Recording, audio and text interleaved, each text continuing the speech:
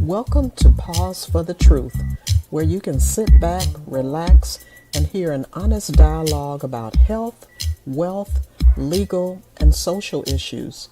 The hosts are Dr. Rogers Kane, family practice physician, and Jocelyn Turner, health education consultant, with co hosts from the Northeast Florida Medical Society and its foundation. Stay tuned for the truth about matters affecting you and your family. We're here to tell you what's really going on and why.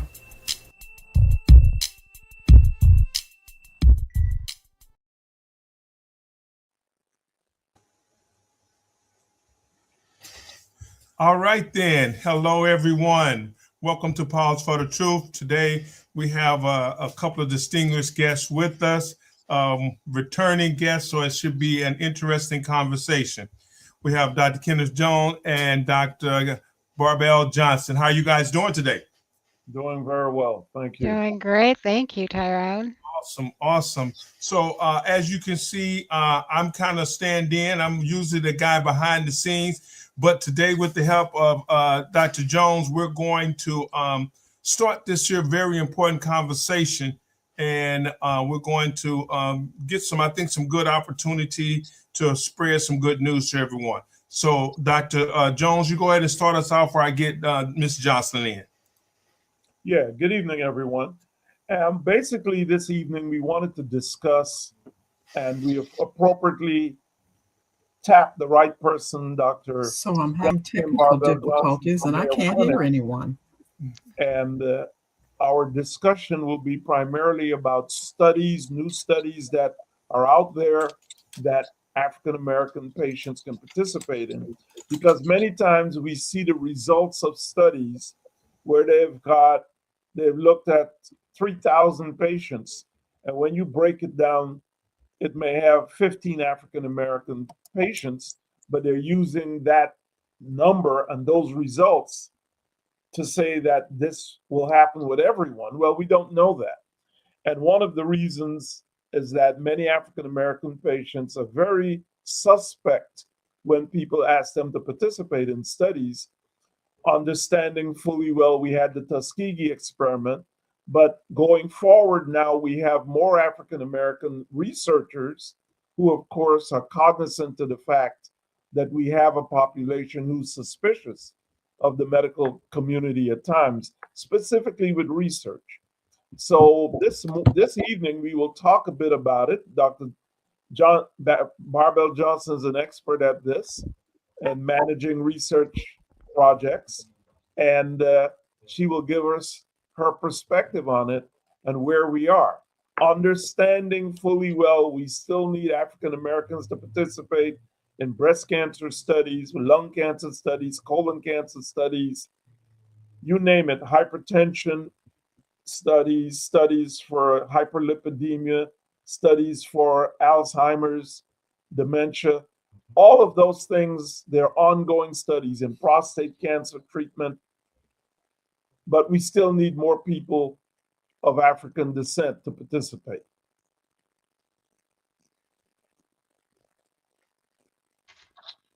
And Dr. Johnson, happy that you're here. And I am delighted to be here. the audience know of the position you have at Mayo Clinic as it pertains to research. Sure. So, first of all, it is such a pleasure. I hope everyone can hear me okay. Such a pleasure to be back on Pause for the Truth. I hope that Ms. Turner gets logged in okay because I've truly missed having conversations with her.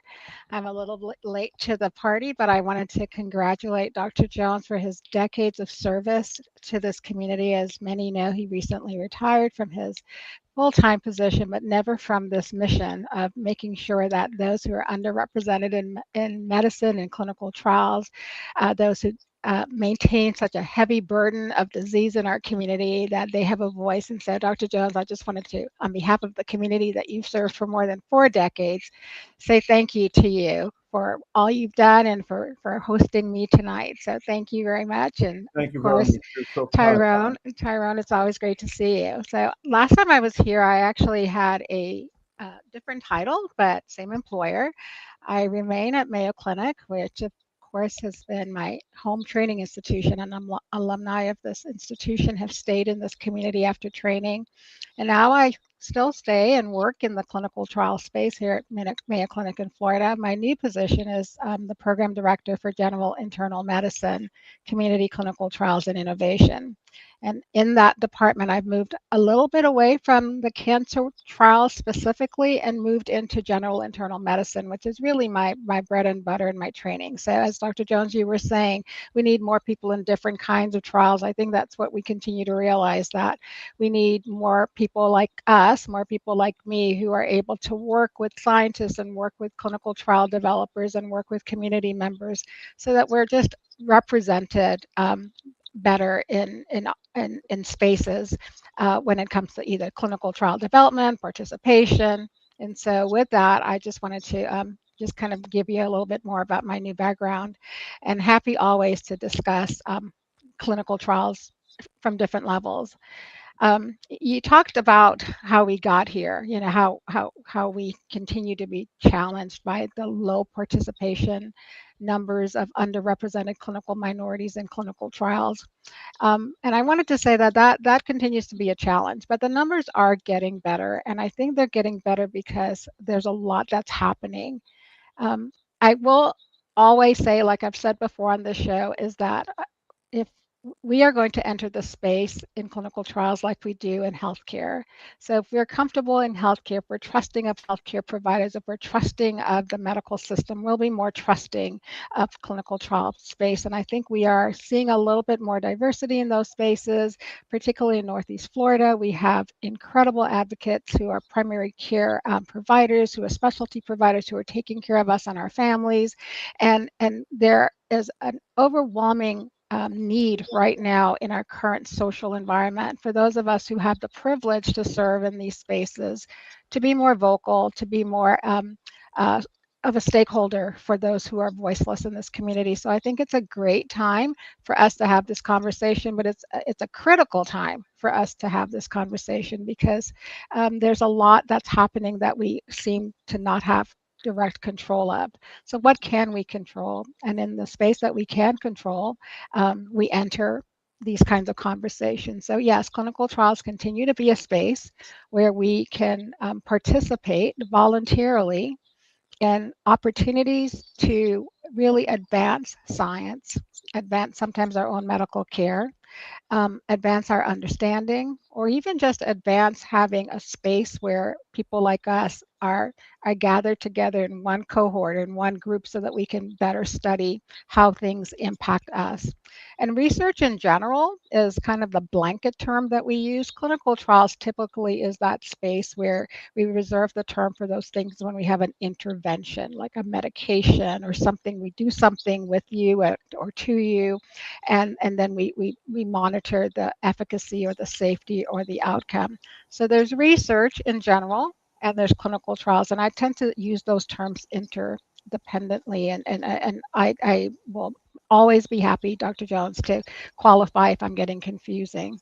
But for clinical trials, we're as you know, anything that you get in the pharmacy, anything that's prescribed, those products come to the market, come to the pharmacy space, come through different sponsors, so to speak. But the way that we get medications for treatment, the way that we get tests to test us for treatments, is in this clinical trial space. And so whether it's diabetic medication, hypertension medication, cancer medications, or whether it's a study or a test to identify our risk for certain things.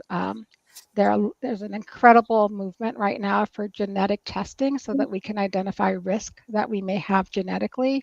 And so in order to identify those signals or those markers in our blood, in our systems, we are doing clinical trials to better understand how to identify those risks and then what to do once those risks are identified.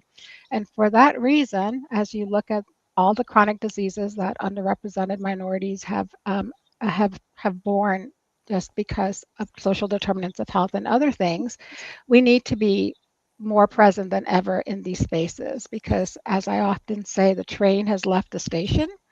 There are many developed there are many developments, many advances that we're seeing, particularly at institutions like mine, where we're using, brain science and the grit that we've always had, and we're coupling that with augmented and artificial intelligence to really accelerate our discovery. We have spaces that we call here pre-cure, not even cure, but pre-cure spaces. And we need to be in all of these spaces when it comes to clinical trials. So happy to just answer any particular questions that you may have, or to demystify clinical trials however I can in the time that we have together tonight. Well, one of the things that I like to know, I hear this here question with regards to clinical trials and African Americans and minorities participating. But as a general rule, is there a specific group that has a higher concentration of participating in clinical trials? Can we start there? What is the group age or that does participate in clinical trials the most? Yeah, I think it basically, in this country, in the United States, it represents our demographics. So because we are largely non-Hispanic white population, that's who we see in clinical trials. And for a long time, we needed to actually represent women in the underrepresented sections in clinical trials. We were often excluded because of risk of pregnancy or other reasons. And so historically, clinical trials have focused on a non-Hispanic white men. That has been a decreasing number, because we have really done an incredible job of making sure that women have been represented. And I say women, but male, born male and born female in science. But we have trials that include pediatric age children. Most of the work that we do, because we really are doing more work in the development space for adults with chronic disease management. So most of the clinical trials, particularly in the biopharma space, is geared toward adults. Some trials, depending on the disease, are all African American. I have a trial right now with Black men with prostate cancer. Every single person in that trial is a Black male with a history of prostate cancer. But then there are other trials. If you don't have, if you don't have prostate, obviously you won't be in that trial. If you're not Black, you won't be in that trial. But there are other trials where we should be, and we may not be in those trials, either because of lack of opportunity, because we don't know, or because something about the way the trial is designed, it may leave us out. So we're doing a better job of making sure that we don't put criteria as we design trials and we create what is called inclusion and exclusion criteria. We're making sure that we're very specific about the language, so that we are being intentional about making sure that the most amount of people that could potentially benefit from participation in that trial is able to participate. I'll give you an example. There was a time where we would disqualify people for diabetic trials, or for chronic kidney disease trials, based on a laboratory that was generated with a racial component. And that number would often leave us out of trials, that they would set the entry point at a level that was essentially to a low level. And the Blacks, when that test was done, we had higher, what we call, chronic kidney disease numbers. And in those spaces, we didn't get to benefit from the advances of those trials, because we used an equation that essentially left us out. So we recalibrated a lot of the ways in which we've done those kinds of trials, and now we have a race neutral equation for just about all of our trials. So the short answer, Tyrone, is that most unfortunately, we're still seeing the representation of our country. As you know, it won't be long from now that we're mostly people of color in this country. But remember, clinical trials happen around the entire world. So in the United States in particular, we're talking about non-Hispanic white males, but we are talking about all people in the world as you look at most of our clinical trials. One of the things that's important is outreach, and outreach. Getting people, if we can talk a little bit about that, getting people to understand that there are these studies out there. Also outreach to the physicians, who, many of them, these are their patients. that they may ask that physician, are you willing to participate? And Yes. then many times when physicians participate, we have an education process Mhm. prior to them participating, which the Northeast Florida Medical Society Foundation is willing to reimburse physicians after they have completed those tests. Yeah. So that is another piece of it. But if you can mention the outreach component, which is very important, Yes. because many times most patients don't know that there are studies, and how do we get this information out? Correct. And we've learned by surveying people, surveying people of color in particular, that we make an assumption a lot of times that if we ask people of color to participate in clinical trials, that they are going to probably say no. Or we may make other assumptions. But really, when we surveyed thousands of people in the medical space, people of color who qualified said, it depends, that we would be interested. And it just depends on what information we're given. It depends if we knew about it. It depends on how that information is brought to us, and it depends on what the risk and benefits are. So it is important that we recognize as clinicians that we have to take advantage of the opportunity to bring information to all patients. We can't make the assumption, oh, that patient probably won't participate because of a reason related to their demographic. We also have to remember that in the medical space, in the clinical space, what we do in the medical office, it's a lot. We're pretty busy as clinicians, but what we do in the medical space does not account for what we call the 80% of what really impacts outcome.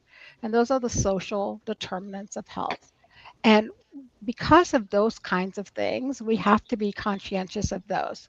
Patients are going to need to participate in trials. Some trials you have to get to the institution.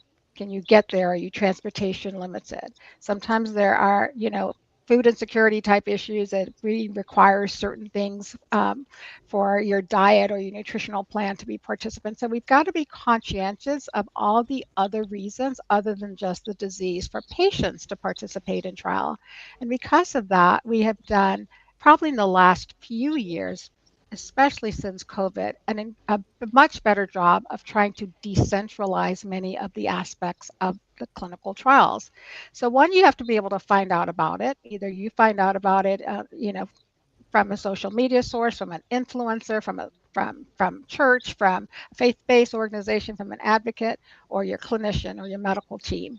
And then once you find out about it, you've got to have that dialogue. Is it for you? And then the trial itself has to be welcoming and worth your time and be built for you to participate. So we can't take an MRI machine, for example, if an MRI machine is required, for a trial to your house. But there are a lot of things that we are doing. We can get, many of our trials now have decentralized informed consent. That means you don't need to come in. When I started doing this in 2010, every patient I saw had to come before my face to sign an informed consent so I could make sure they really wanted to be in the trial. Now we have decentralized ways to do that. Patients actually would say, well, I have a lab next Tuesday, 6 months from now, and I'll come in for the trial when I have that lab visit scheduled so I don't have to do X, Y, and Z. Now we have decentralized laboratory services attached to many of our trials. We can actually have lab collection either in a community site like LabCorp or Quest, or we can send out phlebotomists depending on the trial. So we are intentionally trying to create the space of decentralized trials. At Mayo, we call it clinical trials anywhere. We also have opportunities to send medications out to you to participate in trials. So we have medication delivery systems that we're building to make the burden of participating lighter for participants. I just spoke to one of my coordinators about a trial that another one of my colleagues is doing, and I was surprised because I am not participating in that trial, but that trial actually had a travel stipend so that patients could actually not travel like Uber and distant travel, but that trial was designed with the funders so that you can get a stipend of like $500 to get to Mayo Clinic to participate in that trial. You made your reservations, you made your hotel reservation, but it considered the fact that in order for us to have the people that we needed in that trial, that they weren't going to come from our geographic area, and those patients who needed to be in those trials, that the trial was forward-thinking, thought ahead about those barriers that could prevent participation. So trials are actually being re-engineered and redesigned to consider these things. So it's not, I said it's not my mama's trial anymore. Actually, there aren't the trials that I was introduced to when I first started training, and I've been practicing for 30 years. So even when I started, a little bit ago, the opportunities that I have right now to participate, to advocate, to recruit for clinical trials, and all trials are not going to have all of these components. But the fact that we are moving in that direction is really reassuring and should be of interest to this listening audience, because if you're thinking, oh, it's going to be more inconvenient than it is, you're not going to be likely to even want to become interested. And then Dr. Jones, you talked about clinicians participating in clinical trials. And, I'm extremely biased. I've done more than 100 clinical trials, and I've as a family physician, I've done every organ system of medication at this point of my career. However, what I do know is that it is not easy to see patients and integrate medical trials and do all of the things that we need to do for practice and research, because research is regulated very differently. But we are making those things easier. And so what we're hoping, like you said, the Northeast Florida Medical Society, is maybe their clinician might be invited to participate or to recruit for, or to participate as you're seeing them for whatever you're seeing them anyway. You're seeing them for your diabetic management. They may be qualified, and the Northeast Florida Medical Society will make sure that they get appropriate qualification to be eligible to have the regulatory needs to be able to do research, because this is very regulated space. They could be great doctors, but we have to make sure that they are doing the trial exactly like the FDA and all of the other bodies say they need to do it. And once qualified, then they can be part of a trial team. So it could be that the trial is at Morehouse University, but the clinician is here in Jacksonville participating in a Morehouse trial, or Mayo Clinic, and they're across the street at UF. So there's a lot of ways for us to just continue to encourage clinicians, particularly younger physicians who are up and coming, to continue to participate in these spaces so that our patients, because we are the direct first contact, our patients can be more likely to know about trials and more trusting. Because if they come to us to take care of their UTI, they'll probably come to us to take care of, trust us to be involved in clinical trials. So I am on now, and I do Yes, apologize for Becky. technical difficulties, but trust me, it's still a bootleg system going here. I'm talking through my phone, but you can it's see me working. on the. It's working. So I want to chime in and thank you both, Dr. Jones, for joining us, pinch hitting tonight for Dr. Kane, and then also welcome Dr. Johnson. And forgive me if I am asking a question that's repetitive, but I wanted to ask. I remember back in the day when you talk about clinical trials, I remember clinical trials used to be in the era of a patient is experiencing some serious medical condition, and the clinical trial was offered as a run out of options. Right. Uh, and so then they said, well, we don't have anything else for you, but there's this trial that Right. we could do for you. Is that still the way clinical trials are, or have they morphed into more of trying to advance medicine in order to give people more options, not necessarily for now, but in the future? And it may be someone who does not have a medical condition going on at that particular moment, if that all Absolutely. makes sense. It makes a lot of sense. You're right. When you heard clinical trials, like, and I've seen all those movies, by the way, where somebody got crazy and Did started I just shooting up ask and a whole lot of questions and you didn't hear me? no, can you hear me? Can you hear me? Can you hear me, Dr. Jones? Yeah, I can hear you. Okay, yeah, I think her bootleg system is probably going out, but I heard you, Jocelyn. And so, what Jocelyn asked about, are we still at the age of clinical trials Can where you this all was hear all, me? yes, where this was your latch stitch resort? And the short answer is no. We have clinical trials that are just observational, where you are just filling out surveys and just telling us how you feel about certain things. We have clinical trials that we're titrating to understand dosing. We have clinical trials that we're trying to see if something is inferior or superior, better or worse than something else. We have clinical trials that we're trying to understand what happens when you put two things together. We have clinical trials that allow us to earlier diagnose based on the current standards of care. Can we figure things out a little bit earlier, particularly right now in this AI space, right? We have trials that we have that are using data that we've collected for years and years, lab patterns and documentation that's stored in our medical records in these retroactive trials to see if there was a signal that we didn't catch, because that's not what we were looking for, that really would have said, that's the time that we should have intervened. That's the number that we probably should have offered something differently. That's the number that we should have woken up and said, oh my gosh, I think this might turn left or right and be a different outcome for patients. So there are all sorts of different types of clinical trial design.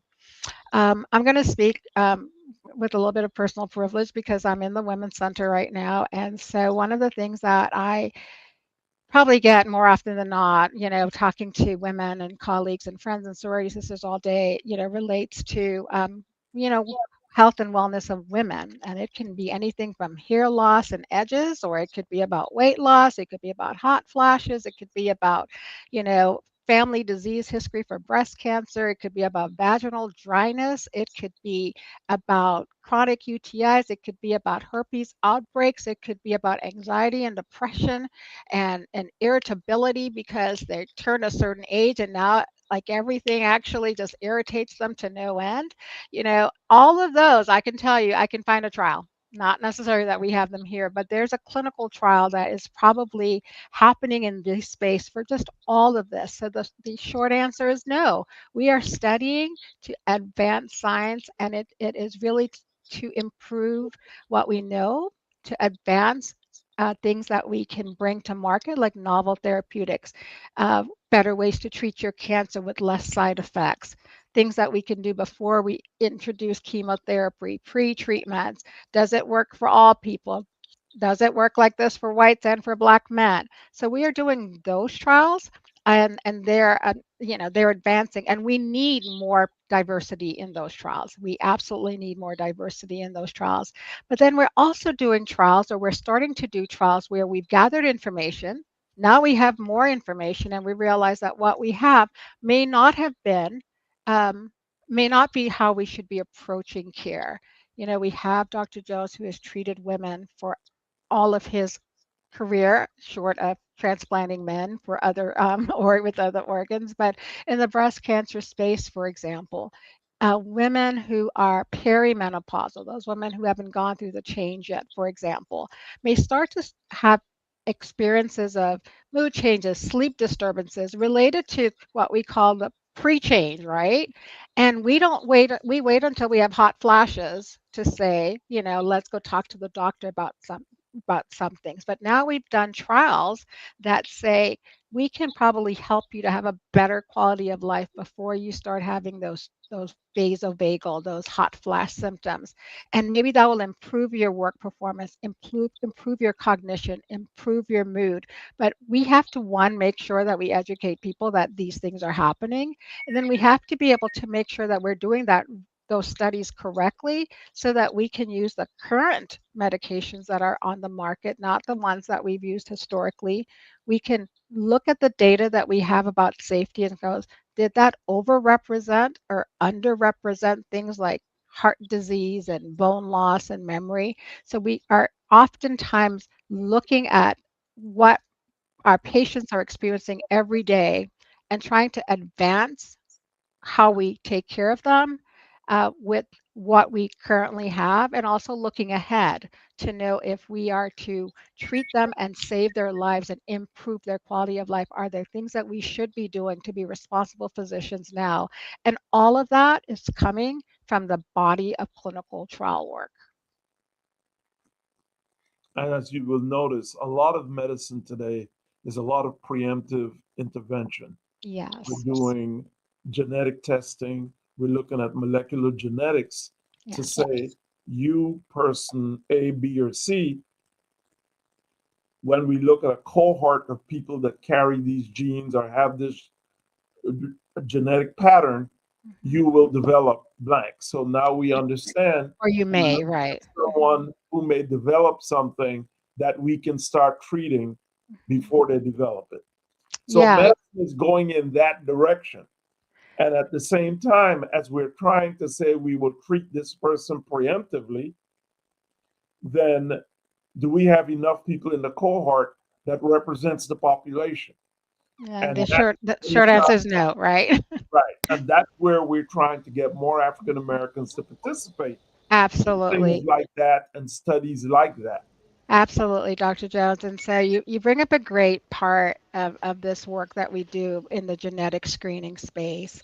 And, we often hear about, a risk for this based on your DNA or your genes. And there are different kinds of DNA and genetic studies that we're doing. Some are hereditary, what we call germline testing, and others are somatic, like the type of tumor. We figure out how to treat your tumor based on your somatic genetic testing. So for hereditary type testing, we can identify syndromes that run in families. And what that means in practical terms is that we can help you to identify what your risks are. Not that you're going to get something, but what your risks are so that you can manage your life appropriately and have your children tested appropriately. When certain symptoms happen, you can start thinking about those things. Outside of that, for the medical space, what has really taken off in years for the last multiple years are tests where we want to know, like, am I Nigerian, am I Filipino, like the 23andMe test, the ancestry DNA test. We want to know what tribe we came from in Kenya and Ghana. Those tests are really direct to consumer genetic testing.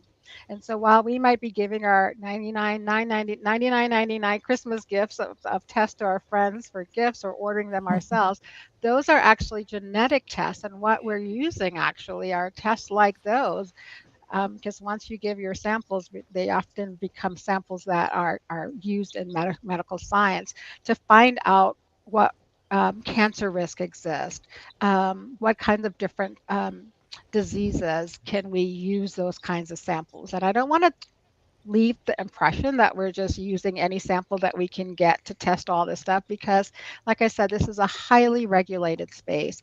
There's something called the GINA Act, GINA Act, and that's the federal protection against genetic discrimination in health insurance and employment. So that means that if you have a test, and most people say, I don't want to test because I don't want my insurance to go up, because if they find out that I have a risk, then they might actually charge me more insurance. Well, we have an act that actually protects people from having discrimination by the insurance companies or the employer, or any gaps in their life insurance or disability insurance based on having that information. So there are a lot of things that are happening in the political and the social space to help us to advance this while we're protecting the best interest of the patient. But again, the only way we're going to be able to advance true care and early diagnosis and better understanding what we're at risk for is for us to be, part of the game. We have to be part of these trials, and we have to be part of these trials and trials that we trust, with people that we trust. And so I hope that forums like this will allow you to recognize that there are many people. I mean, I'm new to the game in decades, but there are people like Dr. Jones and Dr. Kane and others who have really been at the forefront of clinical trial space, making sure that they're built to be safe and efficacious for people of color, but they're also available to people of color. And so when I came to town 30 years ago, this was an early space for me to actually jump into, because there were big shoulders on which I stood in those like Dr. Jones and Dr. Kane and other members of the Northeast Florida Medical Society at the time. But I've also had to be sure, while I'm doing this work, to sit at tables where I'm advancing the needed protection for things like policy, making sure that trials are continuing to be contemporary, to be able to reach us, to decentralize us. There might be a 50-mile, Uber.com, or Uber or transportation. But if I know that you live 100 miles away, making sure that I recognize, that health zone X those are where the patients are that we need you, and we need to make sure that we consider the benefits or incentives that we need to reach the right patients for the right trials. And again, every patient is not going to be involved in every trial. Every trial, we shouldn't be involved in. Every institution doesn't have trials. But where do you look for these trials? So if your physician or clinician, nurse practitioner, healthcare team is not bringing these things up to you, if you go, is there a clinical trial? And they say, I don't know, you can go on places like clinicaltrials.gov or Research Match, or their Google disease specific registry. So there are places that we can now go that you can get information and then bring that information to your healthcare team and say, I don't understand all these words. What do you think? So you can be an advocate for yourself and for your family members. And if you're very savvy, you can actually just go through the trials yourself in general. Places like Mayo Clinic, you go onto Mayo Clinic sites and go to research clinical trials, and you can see what the trials are, and there will be a contact number. My problem with things like those kinds of things is that you got to speak the language, right? You might not understand all of the language that you see and the words that you see. You might say breast cancer, but there might be 10 trials and you don't know if you qualify. Still call somebody. We can help you on the other side to figure out if you would qualify, or help you to identify better trials that are best for you. In these spaces, like I said, this is not one size fit all space. This is, does the benefit outweigh the risk? If the benefit doesn't outweigh the risk, say no thank you ma'am and keep going. If the benefit potentially outweigh the risk, then that's a conversation that you would have with your care team, your clinician, and people on the research team. So I want to ask a question. Last week we were talking about advances in cancer treatment, and when you have a patient who is experiencing a cancer diagnosis or another disease diagnosis, and different options are given to that patient, is there any benefit to the patient if family members would get into a clinical trial to see if something is discovered about that family member that could potentially help the person who is going through a particular treatment? Does that make sense? Yeah, it does. And some trials actually, if we identify a certain disease or a certain cancer, we're going to recommend genetic counseling and testing, and that will recommend that others get tested. Now, of course, it's not, we'll make the recommendation, but these things are not, walks in the park. You might want to get tested to know whether you have it or can you help to advance them. But that's a psychological burden. We don't want you waking up every morning thinking, oh, I might get this. So it really requires some counseling. So there are particular disease processes and syndromes where we do exactly that. There are other spaces that we're evolving in those spaces. We're trying to figure out, if we're all there and we see some patterns, then we may make some recommendations there. But in that space exactly, like just things like BRCA1, BRCA2 spaces, Lynch syndrome, PALB2, those are spaces that already exist, and we would make the recommendation for you. Does it happen with everybody? Unfortunately not. But in this community, actually, we're pretty good about making sure that that if you are qualified for genetic testing because of a diagnosis, at least that conversation is had. I will tell you more often than not, is families say no thank you, just because we also need to understand that we need to bring to the table those kinds of wraparound support services for the anxiety that testing often brings. Yeah, people still, no matter what, and I know there are a lot of folks who've been getting out in the community, research coordinators and such, but people are still so reluctant about participating in clinical trials. And it's sad because of the history, unfortunately, the Tuskegee Project, but also people have to realize, as you were talking about representation, how important it is that you do have a variety, a diverse group of people who are participating. And I'm sure you've talked, because I've been dealing with technical issues tonight, and you've probably touched on why representation in cancer research is so important. But if you did not, if you could just talk about that just a little bit. If you did, I apologize. No, we did, but I could talk about this forever. But just one thing. Let me add that. Remember, when you have a family member where they say they may need a bone marrow transplant, that is when every family member should get involved, Right. because that's one that we know that a family member may have a compatible Yes. genetics with the same blood types and everything else, that they can give you a bone marrow transplant. There. So that's one that That- is that- very straightforward. Right. And we know that this is one, when you mention if the person has a disease, the other family members get tested. This is one of them, Yes. where if the doctor or the treating panel says you will benefit from a bone marrow transplant, that is when every family member should be participating to be tested to see whether they can be a potential donor. Absolutely. And speaking of donors, I think that's a great space to talk about. That's not clinical trial conversation, but in terms of donor registries, I think we actually stay away from those spaces. And that's why there are a lot of people who remain on these lists. I'm very proud that here and I don't know the specifics of the program because it's not a department that I'm in, but we're repurposing organs. And so we're finding ways to actually use organs that are donated and harvested that we can use for more people, because it's such a limited lack. What Dr. Jones, you were talking about is cascade testing, right? So when a positive result in one family member is identified, then the relatives, we identify which relatives should be tested. And so bone marrow transplantation is a great space. You know, one of the things about being in my 6th decade of life is that I don't qualify for all the things I used to qualify for, because I've aged out of the ability. So I kind of wish that I knew the things that I knew now, because now I'm too old to do certain things. They won't take it, even as healthy as I am, just because we want to give, you know, donors the best chance of having the healthiest opportunities. And so those are very strict, rigorous. So this is a conversation that we really do need to have with our 20 and our 30 and our 40 and our 50-year-olds, and continue to do that, because we could be saving the lives of so many people, and often the lives of our own family members. Absolutely. And that's something, I'm glad you brought that up. They're really not interested in tissue from people in the 4th quarter. But little do they know we're looking for overtime.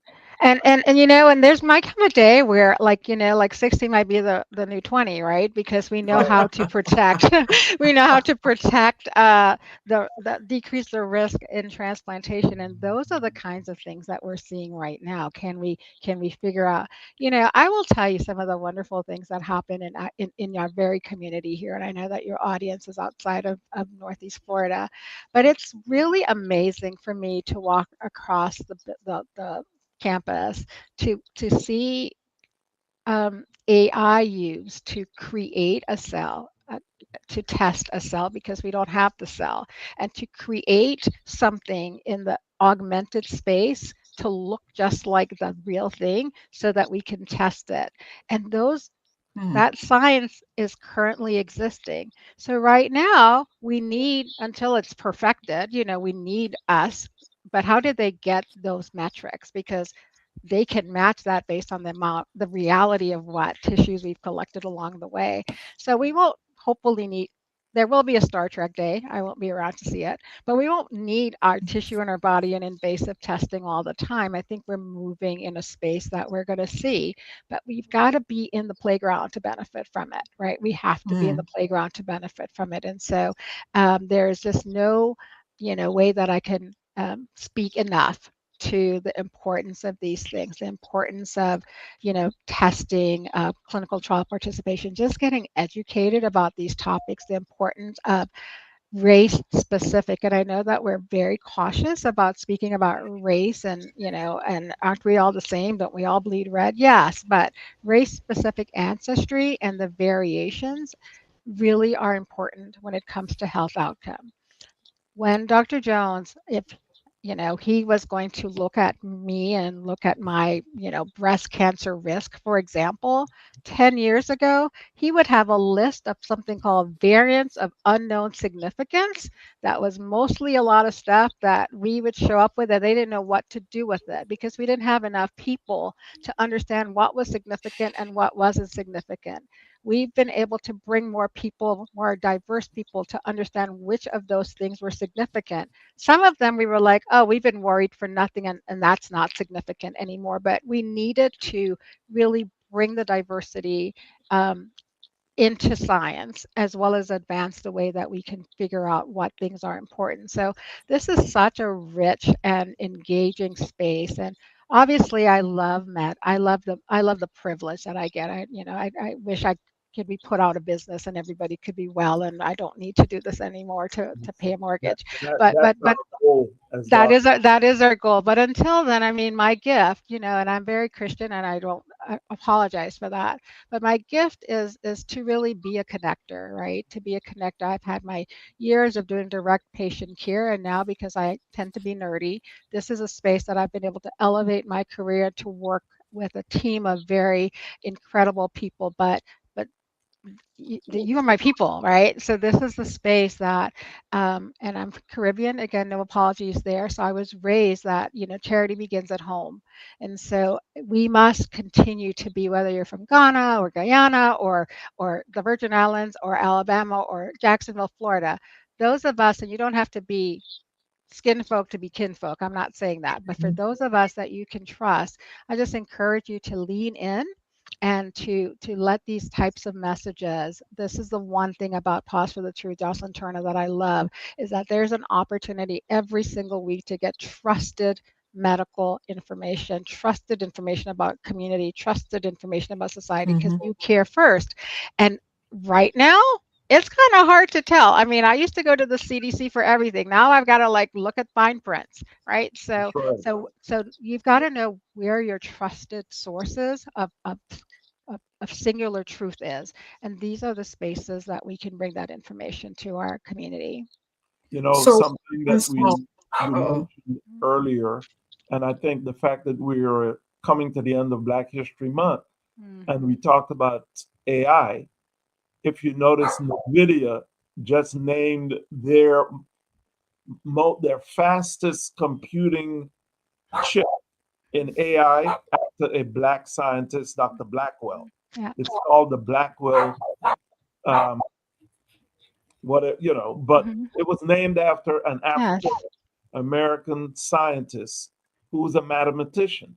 Mhm. And he predicted way back when, did the initial experimentation and the math and the algorithms for what we're using as AI today. So A the testimony right there, and the power that we have, yeah, the So this black isn't girl, us, right? This isn't us showing up saying, let us help you help us. This is us helping ourselves and bringing our science and the smarts that we have had and our lived expertise in science and living through disease and understanding which bush we boiled and made tea out of and why it worked, and now thinking, I wonder why that worked. I wonder what was in there. And those are the kinds of things that many people have, had this innovation spirit and have gone on to make millions of dollars for things our grandparents were doing and things that we were thinking about. And so it's important that we continue to have STEM in school, that we are present for kids, but it's important that it all happens. It's not a but conversation, it's an and conversation where we must continue to make sure that our medical spaces are safe and inclusive, that science continues to advance with an understanding of inclusiveness, that we understand that we still have a long ways to go. As long as there's health disparity, that means there's a gap. The gap isn't always going to be because the medication doesn't exist. It might mean access, it might mean transportation, right? But until we actually close those gaps, we're never going to really be able to be on equal accord. And again, we can't trust every space, and that's why it's important for us to just be more knowledgeable, and that we spend time like this, just educating our public about what to look for, what to think about. When you hear little acronyms and, you know, consonants that go together, CAR T therapy and all these, new things that didn't exist, like what does that mean? You can't go to Dr. Google and Google everything. Sometimes you can, but there are things that I think it just means that as you hear them, you don't need to know what it is, but it means something is happening differently in this space. And so, how do Black research participants, how can Black and Brown research participants help? How can minority serving institutions like Edward Waters help us to kind of do these kinds of things to push healthcare along in a way that we want to continue to advance science? So, this is an all conversation. And I know that we're just going to be out of time in a little while. I'm surprised Tyrone hasn't cut me off because I want to, yeah, Dr. Johnson, I want to ask you a question. If what's one misconception you wish you could erase that's out there that really makes people so apprehensive about either care or participation in, I should say, treatment options and or participation in clinical trials? Is there any one misconception you wish you could erase? That is, that's a great question. I mean, I wish that I could go back and erase the historical trauma just of Yeah. our people, because I think that we really just sometimes we cut off our nose to spite the face, but it's understandable, right? Because of the historical trauma that we've faced as people. So I don't want to downplay that, but I do think that sometimes we make everything about that, and we really need to push past some of that. So if there's anything that I would do, is really take a little bit more risk. Because in being zero risk tolerant, I don't want any risk. I don't want anything to happen. I'm not trying it.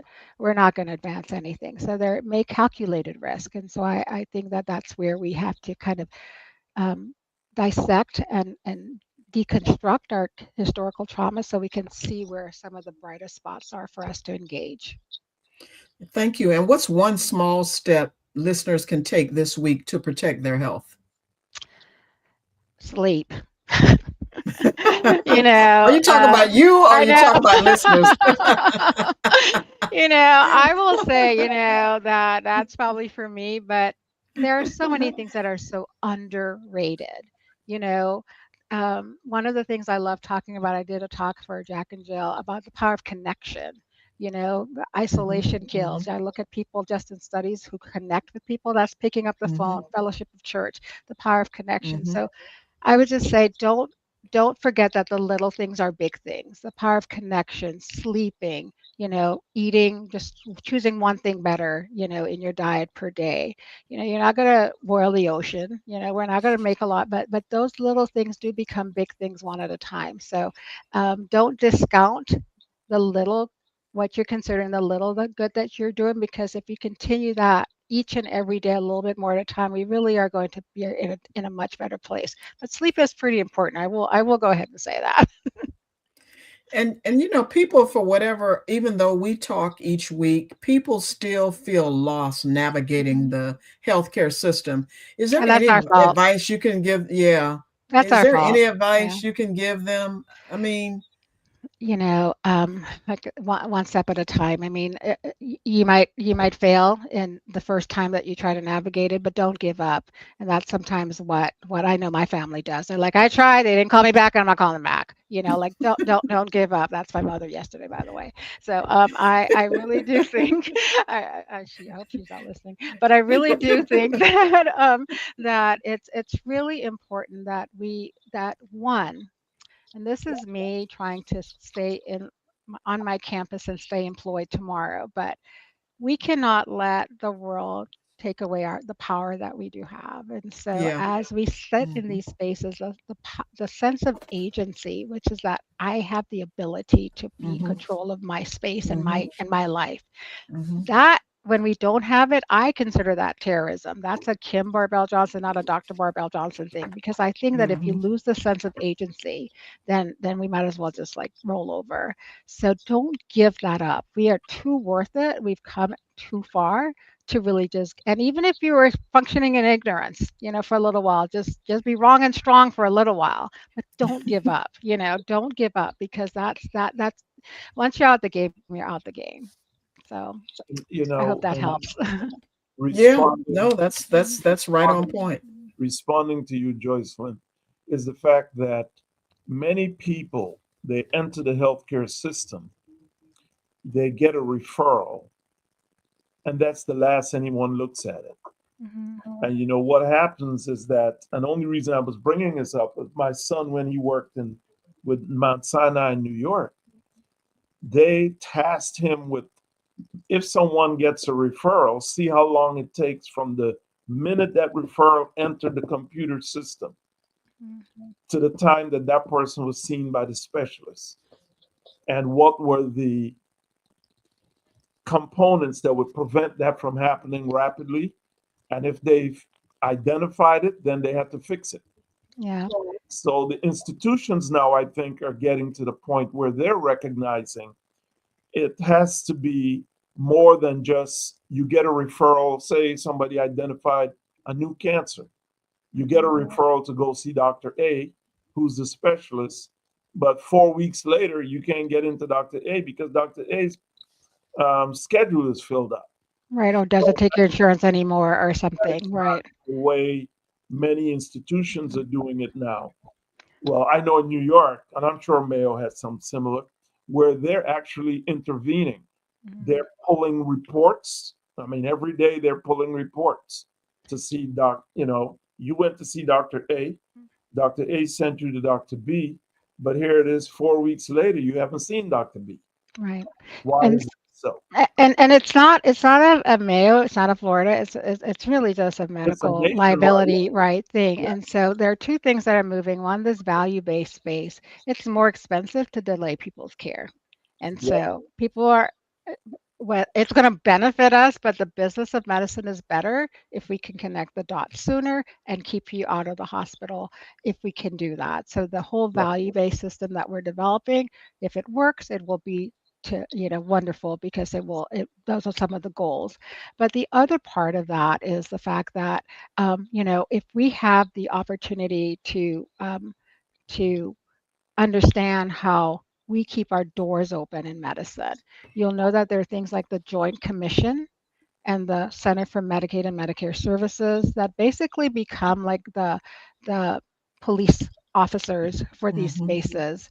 And there are quality standards that are created that your doors will be closed. Now, the quality standard on average, for 95% would be great and we keep our doors open. But if you are the 1%, it doesn't matter, right? So we have the standards and it is based on, population signs of population. So we still have to understand that while we're measuring these things, if it's taking you 6 weeks to get a mammogram from your abnormal follow-up mammogram, that's delay of diagnosis. And doctors get sued for two things most frequently: failure to diagnose and delay of diagnosis. Those are the things that we learn as we relicense every year of how to not to do those things, because we don't have a foot or a leg or a hand to stand on because we have community standards of care. And fortunately for a lot of doctors, we're not judicious as a people. We don't go suing for everything. And I'm not saying that that's the right way to do it because you don't get your life back. But there's a standard that's created that we should actually be moral and ethical in medicine. So we just don't have all the control that we need in these spaces. So we need the patients to be in control. We need to be in control. We need our community to be in control. And, we need Jocelyn and Tyrone to be with Rogers Kane every week, reminding us to do the right thing always. And then what's important? Well, Dr. Jones and Dr. Johnson, although I've had difficulty tonight, we've had great discussion, and it is the end of the hour. I would like to ask you, Dr. Johnson, if listeners remember just one thing from tonight, what do you want that to be, or what should it be? Be curious. Push the envelope. Be curious. If you're taking the medicine, do I need to take it? Is there anything better? If you have a pain, could this be something else? Be curious. We don't want to just rule things out and blow things off. Continue to be curious. That doesn't mean worry, because that is not scriptural, but be curious. Thank you. Thank you so much. Dr. Jones, what are your final thoughts regarding tonight's discussion? And thank you so much for, I'm not going to say co-hosting, I'm going to say hosting tonight's podcast. Well, I think what's very important is that we, as Dr. Kim Barbell said, be curious, but at the same time, establish a relationship with a primary care physician. You have to have someone that you feel comfortable with and make sure that you follow his or her recommendations. Find someone that you can communicate with, that you feel comfortable with, who speaks your language in a way that it makes you feel comfortable and wanting to keep coming back. So I think of everything you do, get a good relationship with a primary care physician. Unfortunately, we're running out of enough primary care physicians as our population ages, but that is something else that the Northeast Florida Medical Society is working on, increasing that workflow of physicians over time. And while we do advocate for physicians, we'd be remiss if we didn't recognize that there are excellent advanced practitioners out there. There are excellent doctors of nursing out there. And while the training is all different and you need the appropriate training for what you need, it's about the care team and the medical home that you have. And so we're very grateful to work with like the Black Nurses Association here in Northeast Florida. It's amazing. And so we are working together for the same goals. So obviously, having a physician is great, and I've only had physician care directly, but in the Virgin Islands, my family have different levels of primary care. Well, listen, thank you all. Thank you both so much for tonight's discussion.